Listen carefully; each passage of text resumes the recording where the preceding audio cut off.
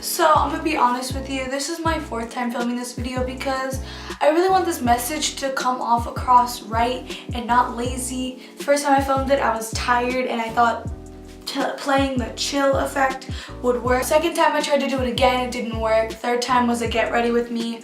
This is my 4th time and hopefully 4th time's a charm because I really want to get my point across nicely and as much as I can because I want you guys to know what happened for me at VidCon and Tanacon in this mess that happened. So if you guys want to see how this whole thing happened, keep watching. Okay, so if you guys don't know, this YouTuber named Tana Mojo made this video called Why I Am Not Attending VidCon or something like that. The thing's right here. But basically it sparked a lot of other YouTubers to come out and say why they're not attending, and the whole main reason was because VidCon treats their creators very poorly in the way they do things, in the way they just proceed with treating their creators because they won't let them see their fans. They're very strict about it and they'll pull anybody away who does it. So many creators do not like that, featured creators who go. So Tana sparked this outrage and she made her own convention. So I'm just gonna give that little bit of preview. Most of you already know this, but just for those of you who don't, that's what happened. So now let's talk about my experience at VidCon. So I've been going to VidCon for 4 years now. It's been fun almost every year. Like, I'm gonna be honest, it's been fun. But this year was just different. Like, as soon as I walked in, it was just a whole different vibe. Like, the people there, the amount of people there, everything there was totally different, and I totally believe that Tana did it. And I'm not blaming Tana for making VidCon bad because I don't think she should be blamed. I think what she did is good for her sense, but it did take a toll on VidCon and you could easily tell. So as soon as I walked in going to registration, it was not full. Like, it was not full at all. Like, it was crazy how empty I guess it was. Like, I think if you guys think empty, it's not my idea of empty, but you guys remember like the Logan Paul videos from last year and all that. It was packed. It was crazy. This year, nothing happened. Like, nothing was full. It was like if you went into the just convention center, there was ton of open space. It was insane to me. And so that was a big thing, is like what I noticed immediately when I walked into VidCon. And then what proceeded and what I'm going to tell you guys is everything that happened at VidCon.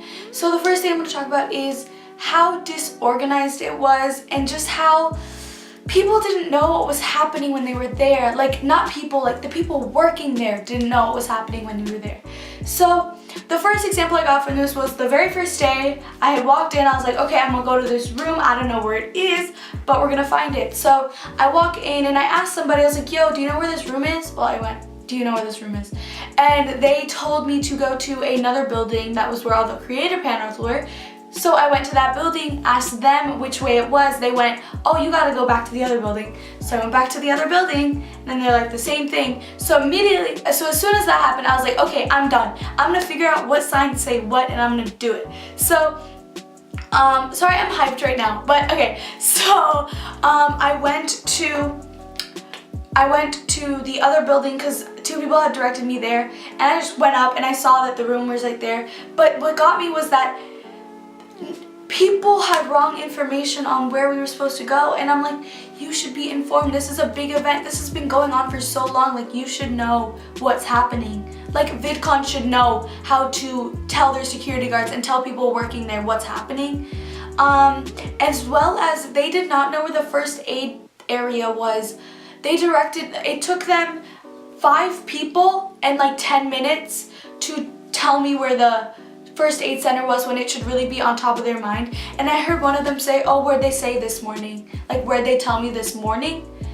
And in my mind, I was like, they told you where everything was this morning when they had months of preparation that they could have done, which is kind of crazy to me, and maybe it's a small mindset for me, but I feel like they could have had more time to tell the security guards where things were, so like when emergencies happen, people can just immediately go there. And then they directed me across the like convention center, and I didn't follow it because of what had happened last time with that room, so I found it myself. But the reason that they, like, the principle that they don't know where the first aid area is insane to me. Like, that's like one of the most important things that you should know in a convention center or in a big packed area where there's people with anxiety. Like, not that I had anxiety or anything, I don't, but just somebody that I knew was there, and so we were trying to help that person.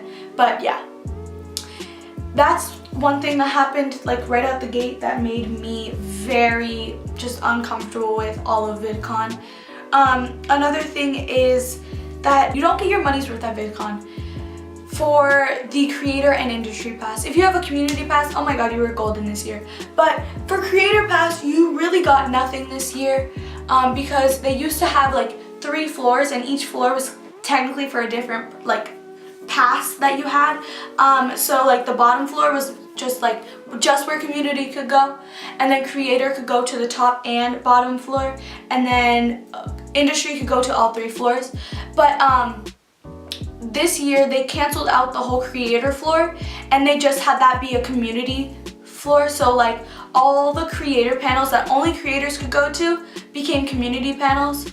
So basically, creators didn't have any reason to pay that extra $100 or $200 for a creator pass.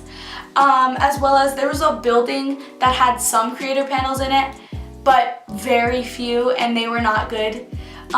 So basically, if you got a creator pass, it was a waste of your money, and especially industry for someone my age who wanted to get connections, get working with some people in industry. I went up trying to talk to people, make connections, but if you went into industry without already a team or anything, and you looked not like relevant, I guess, people wouldn't talk to you. And I was like gonna talk to people, but they already were in meetings, and basically I thought, like, this is what I said, I was like, if you don't have connections already in industry, you're kind of screwed.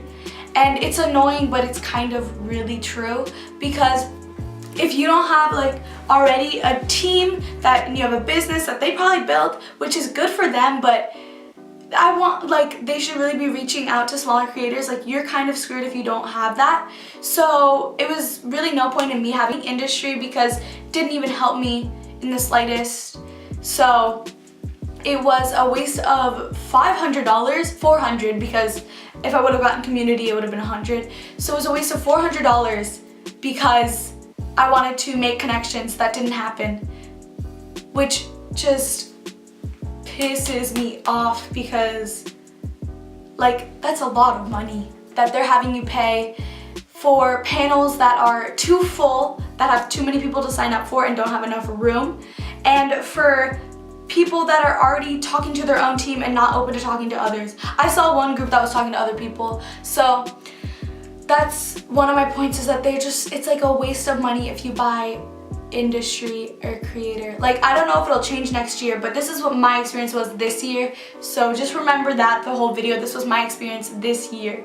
Because my past years have been great. I've loved VidCon. I've gone for so long. That's why. But I don't know. This year was just not great. I'm also losing my voice from trying to make this video 4 times and VidCon. So I'm sorry if it sounds a little weird.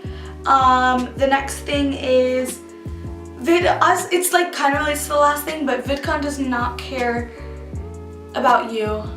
That sounds harsh, but it's true in a sense, because so VidCon used to be this thing where like creators would meet, and it would be a small thing, and it'd be fun, and it'd be just people who liked the same thing and were the same kind of people, and you could relate to them, and just like, you know. But it's been more corporate and more sponsored and more fake every single year, and I saw it last year, but it wasn't as heavy as this year. Like, if you go into the expo hall and you go from 2015 to now, it's completely different. Like, there were so many smaller booths for individual creators to sell their merch but still have a bunch of them, but now it's like one really big Instagram one really big Adobe one, and one like Musically, or I don't even know what it was, but it was just really big brands that weren't personal YouTubers, that weren't selling anything, but they were just there because they paid money to have that big booth. But it was annoying because I wanted to get merch or see things from my YouTubers that I watch, because I'm here. I went to VidCon as a fan and as a creator, so why would I want to see a really big brand? So that really annoys me every time I see it, and just this year was all big brands and sponsors and not YouTubers and like, I don't know what the word is, privately owned, I guess, brands that local owned, I don't know, but you know, brands that were like personal and to you. So it was very in that way like money grabbing, and they really didn't try to make an effort to have personal booths, besides maybe David Dobrik's clickbait and a few others, but most of them were like Lemonade, Gushers, like there was a Herbert's Lemonade, a Gushers, an Adobe, and a Instagram, like it didn't make any sense. And also they did not have very many panels that catered towards building a small community and making it bigger or something like that, because I make videos because I want to talk to the internet, I guess. I don't know. I want to spread my message, whatever that is, but I would like to talk to you guys and have a conversation and things like that. And so I want to grow my audience and make people like watch me. I don't know. It's not for money though. Like VidCon was titles like for their panels were like how to grow your audience and make more money or things like that, and I'm like, I don't want the money. I want to grow my audience because I want people to know me and watch me and like understand me, and we can get along and things like that, and I don't care about money. And also YouTube's new rules don't provide money for me, so why would I still be doing it if I cared about money? It's just like they were all based around money, and so that also was annoying because YouTubers like David Dobrik said in his interview, if you even think a little ounce of it is for money, you need to leave. And I was like, that's so true, but why is VidCon hyping up and making money on YouTube? Like YouTube sponsors it. It doesn't make any sense. Sense. But yeah, just VidCon was very money based and corporate, and of course every adult's like, yeah, everything becomes corporate, but I don't know, I had a little thing in my heart that was like, VidCon's gonna stay humble and be chill and be the same 2014 thing that I went to. Wow, 2014. But yeah, so it's very money based and very corporate this year. I mentioned it being empty. Yeah, that was really my main points for VidCon and that disaster. And also, I want to say that VidCon was fun. Like, there were fun parts of it, don't get me wrong, like it was, but the majority of it, like the bad outweighs the good in this situation. So that's why I wanted to make this video about VidCon. Of course, there's gonna be about Tanacon, just 1 second. So there were fun parts, and there were fun dance parties and things like that, but I just wanted to talk about the main parts for my perspective, I guess, yeah. But now let's talk about the mess that was Tanacon. Let's talk about Tanacon. So it happened, I experienced it, yeah. So my friends were waiting in line for about 5 hours till we got our tickets. I was waiting for like 2 to 3, I think, because I had arrived late, and so they were in line, thank God for them. But so I waited 2 hours, which isn't bad compared to most people, and I got my ticket, and as soon, like I swear, like 2 more people got tickets, and then this chick goes on his table and is like, hey, Tanacon is canceled, we'll come back tomorrow for, you've probably seen this video, but come back tomorrow and we'll have the meetups or whatever, or come back later tonight.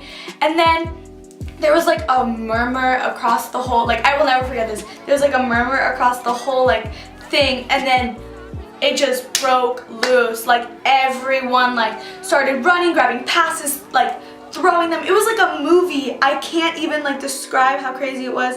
And then like people rushed to the barricades, and then like we were just like waiting there. I sat on a table, like I jumped over a barricade and sat on a table and like was in the very front.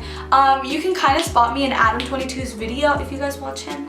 But yeah, so that happened. I met a couple YouTubers, I'll put them like here. I saw Big Nick walking, I high-fived him, but it was chaos.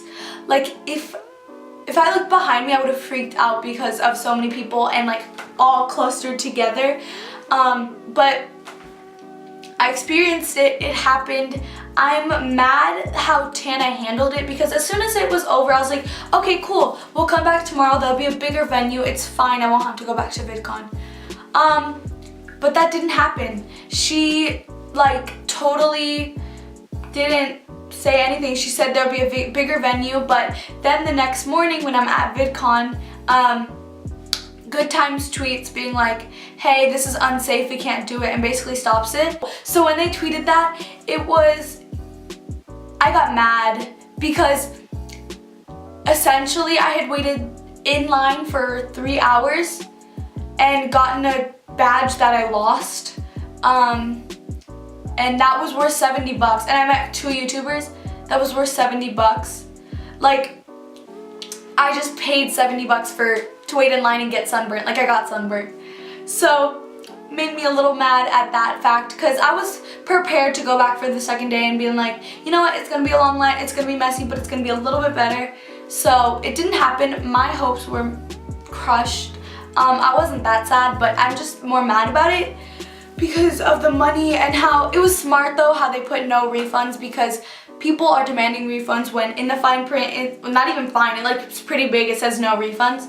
So yeah, that's basically all I have to say about Tanacon. I'm talking fast, I'm sorry, but it was just a lot.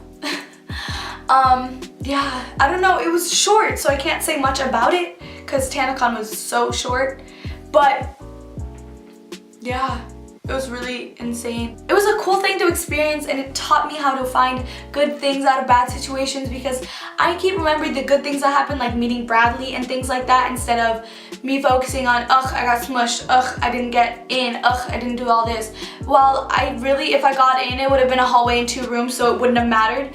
Only held 800 people, so it didn't even matter anyway. But yeah, I would never have gotten into that venue no point. So I was trying to focus on the good, and same for VidCon, so I'm trying to focus on that good. And yeah, so life lessons. Let's just get to this outro. So I hope you guys liked that video. If you did, please give it a thumbs up. Comment down below what your stance is on this whole thing. I'm sorry if this video was rushed. I've had a lot of coffee today, and I filmed this 4 times, so I feel like I'm repeating myself every time, and I am. I'm gonna have to do a lot of editing for this because it's very rambly. I probably love you, and I will see you whenever this goes up. Also, probably gonna go to playlist next year, so see you at playlist DC. I'm making more videos though, chill.